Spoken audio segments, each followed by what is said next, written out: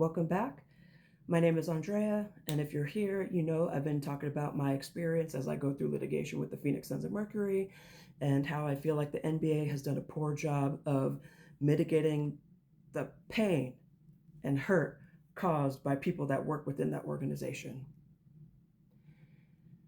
But before I get to all of that, let me start with how the media portrayed me and my story when this first hit.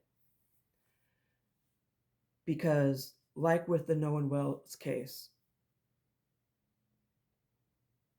white supremacy and people that believe in it feel like they could do whatever to whoever without any repercussions. And for too long, I do believe that continues to be true. And as I've gone through this, and after the AG's office completely dismissed my case after doing the bare minimum investigation, which I will come back to that later, I want to talk about how the media also protected this organization. So, as you know, if you've been following along, Baxter Holmes, a reporter for ESPN, really was one of the only journalists pushing out these stories in 2020, 21, 2022. And I think he was the second journalist to cover my story because out here, Jason Wolf, sorry if I got your last name wrong, he was actually the first one to cover my story and write an in-depth article about what happened with my case.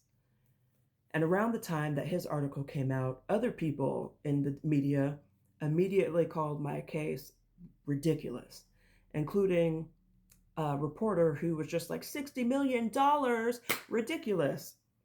But that journalist never reached out to me and never talked to me or my attorneys about the year I had to wait for the Attorney General's office to do the bare minimum investigation, and how when I first filed my complaint with the EEOC and the Attorney General's office, I really didn't want any money. I wanted an explanation and I wanted my job back because I knew that the work was there, still needed to be done. But that's exactly why I got fired, because I was doing the work that needed to be done there. And so the first couple of articles just focused on the dollar amount. And then from there, I was called the N word multiple times. I had people text my phone about how I'm pathetic swine and how I'm just a welfare queen looking for a paycheck.